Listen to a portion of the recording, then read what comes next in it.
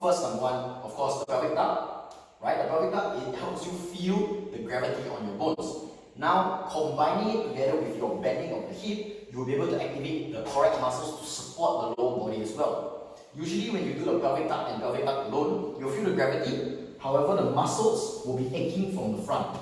Combining it with the bending of your hip, we are allowing gravity to press down the whole body onto our bones and using the main muscle of the hamstrings and the glutes to support up.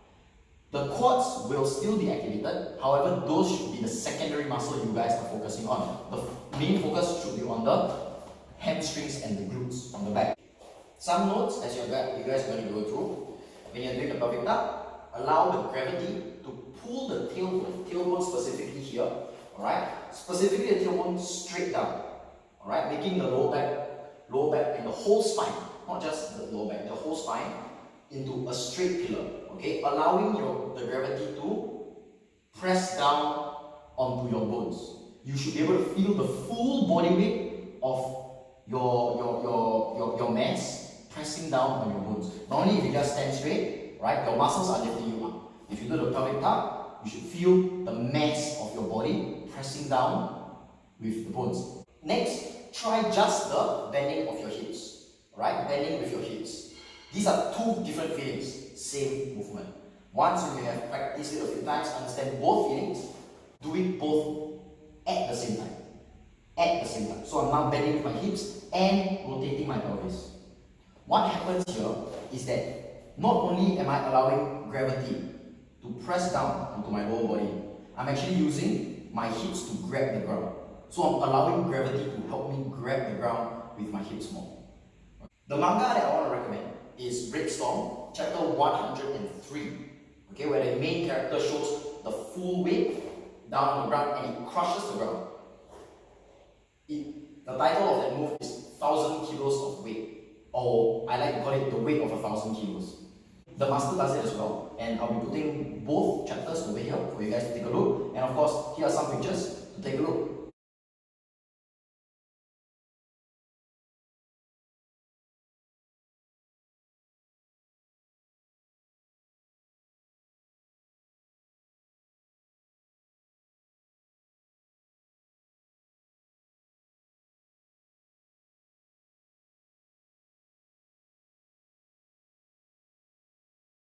But comic artists do a marvelous job at visualizing all these concepts. Forces transferring through your body into the ground and just power waves and stuff like that. It's very, very cool. Okay? So again, going through the tips, do the pelvic duct, feel the gravity on your bones. Do your hip bend, feel that you are using your hips to grab the ground and not your knees. Now combining both together, pelvic duct and your hip bending, you should be able to allow the gravity to press yourself onto the ground and grab the ground using your hips and the force of gravity on your body. Training for these tend to take a little bit longer. It takes about 6 months at least to be able to get the muscles used to it, get the tendons and ligaments used to it.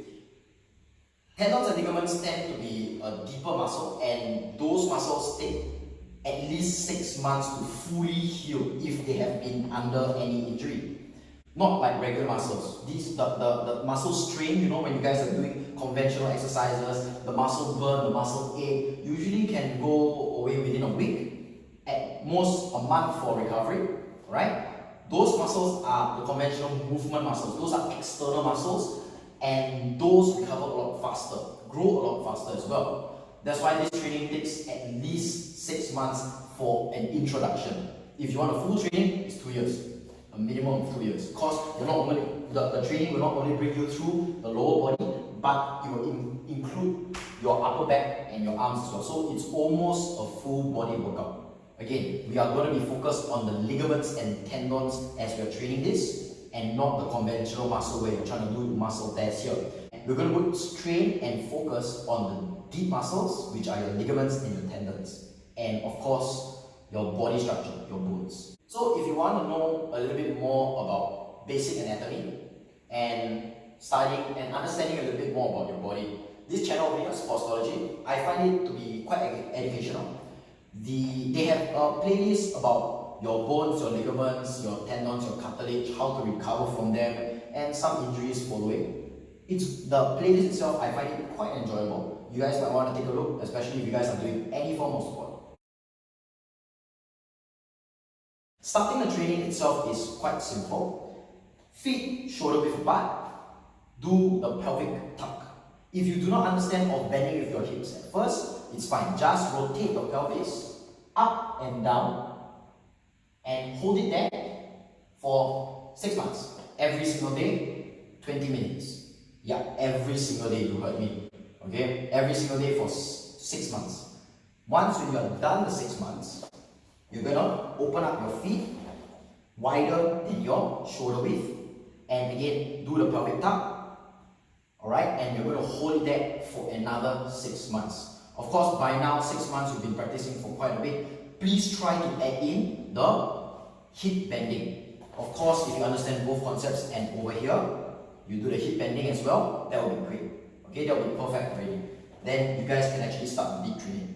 But again, this one, right, for also 20 minutes. Specifically for the toes, you can face them forward, you can face them all the way out, but personally I prefer about 45, where my feet are just comfortably placed, okay, pointing slightly 45. And then, of course, important, very important, is your knees. You do not get your toes to point here, but your knees are pointing this way. Okay, my knees are here, but my toes are here. Okay, nor should it be this way. My knees are now facing upwards, right? But my toes are still facing here. No. Important is that the knees should follow the alignment of your toes. Pelvic tuck, hip bend, and then as simple as standing there, making sure that your back is straight consistently for 6 months. That's the second level. After that would be feet shoulder width apart, pelvic tuck, hip bend, 10 minutes, and then after that, slightly wider, like horse riding stance, and pelvic tuck, hip bend, another 10 minutes, so 20 minutes, and then after that, turning to one side, okay, one leg behind, one leg behind, one leg straight, start like this, bending with your hips, and of course, making sure that your pelvic is following the feeling of the pelvic tuck. Okay, so this is not really a pelvic tuck where you curve your back and it's straight like this. Not really. It will be over curved. Okay? When you are leaning forward, your body is already 45 forward. And you tuck it a little bit, get the feeling there, and your body should be 45 degrees straight. Okay? This is the next one. And of 5 minutes on this leg. And of course, bending with your hips, keeping your back straight using the pelvic tuck, relaxing. Right? This is also another 5 minutes. So, 10 minutes, 10 minutes, 5 minutes, and 5 minutes. Okay? The back leg should not be pointing 90 degrees, nor completely to the front. Again, wherever you're comfortable, slightly to the side. Alright? And that is the third level. The fourth level will be actually adding in your hands 抱球. Okay? Hugging a ball, an imaginary ball for all exercises. However, we're not going to be going through that in this video. All we're going to be focusing on the pelvic tuck and your hip bending. Okay, so first 3 levels, this is 1.5 years worth of training. Once you're done, you realize your legs are incredibly stable. If you do get twists or injuries, they will recover a little bit faster as well. So hopefully you guys do this training. It's really, really worthwhile. The first note that you want to actually make is that you do not need to be using both hip bending and pelvic tuck at the same time all the time. It could be just one or the other, or it could just be both. Okay, it depends on whichever exercise that feels correct. Okay, so first we're going through legs. Okay, going through the legs. Squats. If you have the feeling of a pelvic tuck, you should already understand how your lower back should be able to be straight. And all you need to do is focusing on your hips, you bend. If you are bending correctly, your lower back should automatically be already straight because your body remembers the feeling and then you can come back up. This works as well with the squats, right, where you guys are holding your weights, your back will stand normally curved, right, the barbell is here, and then bend using your hip joint.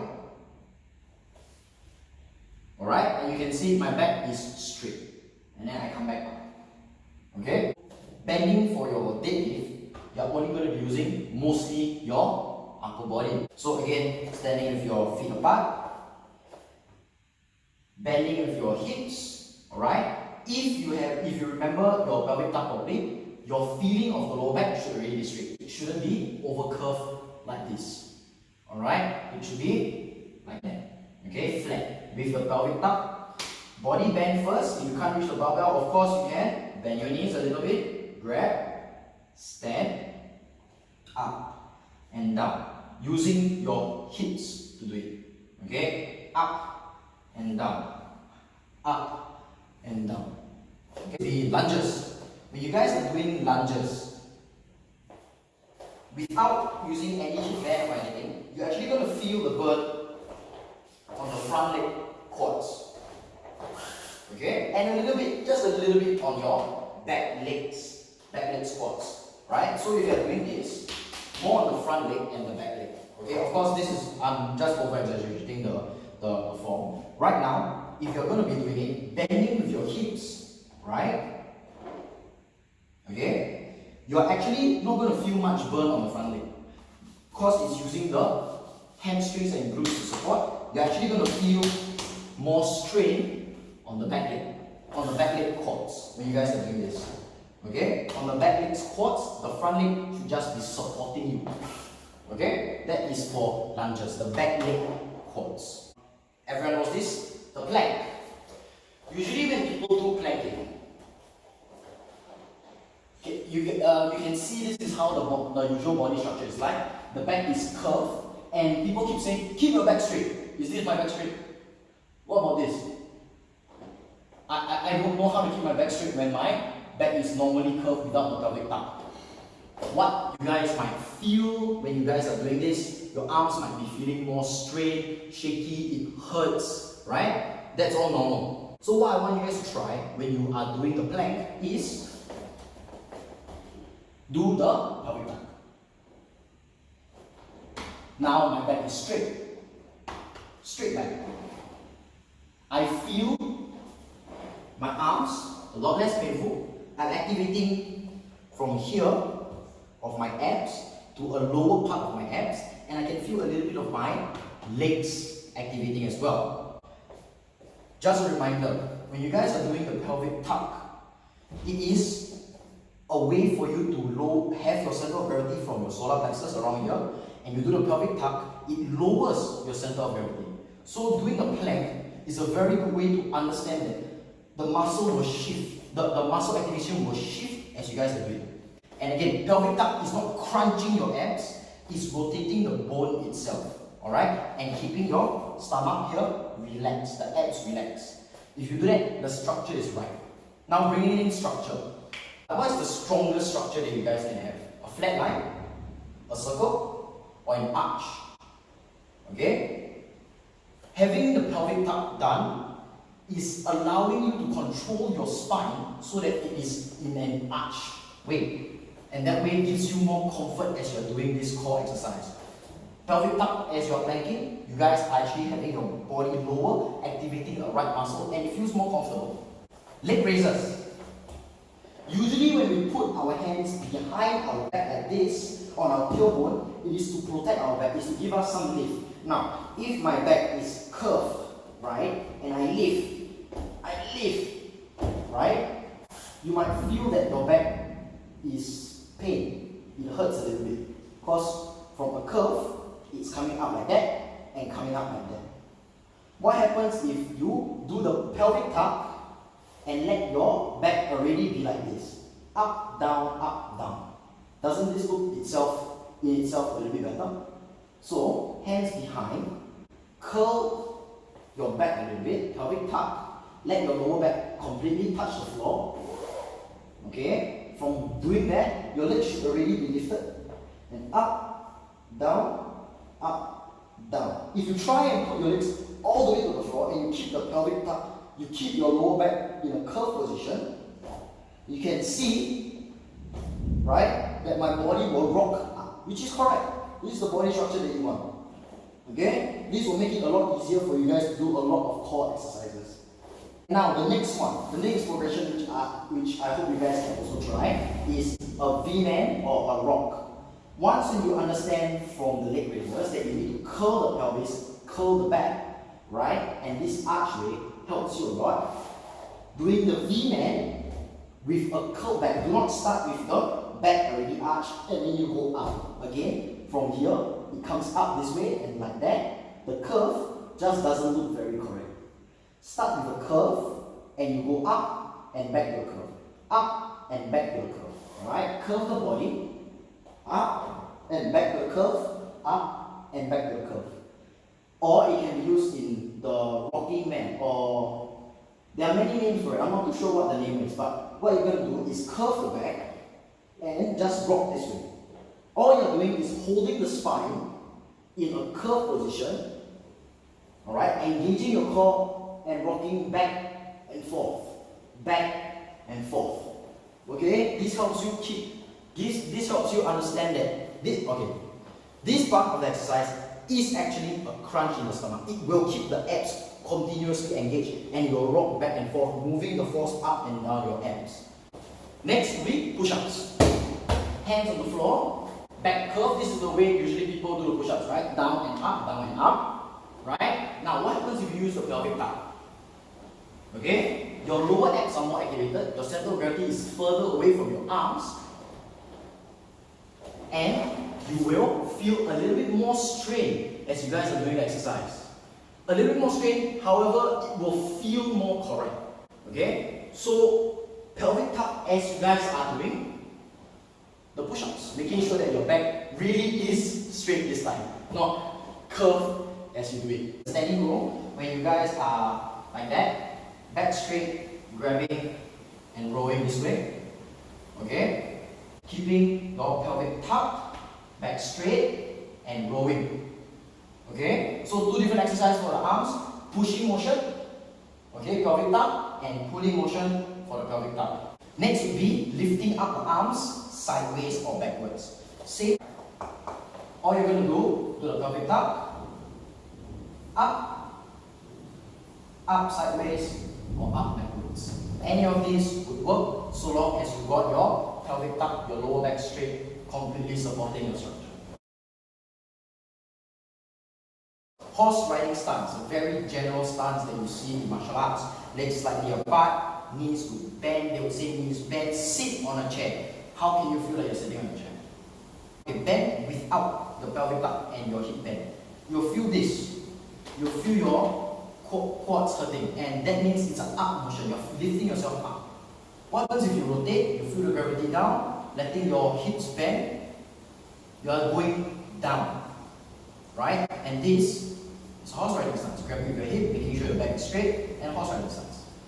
Okay? Again, explain in the bending of your hips video how to check if it's right. Now, to enhance this feeling of making sure that you got the glutes and hamstrings and your lower back straight, it's very simple. In Taekwondo, we call it the cat stance. I'm not sure about martial arts.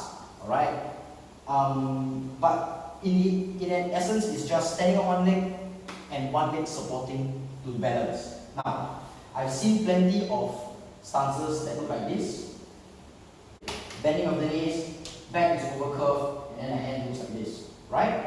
Now, my personal take on it is keeping the pelvic tuck, bending with your hip. Right? So, back straight, bend with the hip. This is my personal preference on this. Okay, keeping the structure better rather than curving, over emphasizing on the curves. Next one would be the crane stance.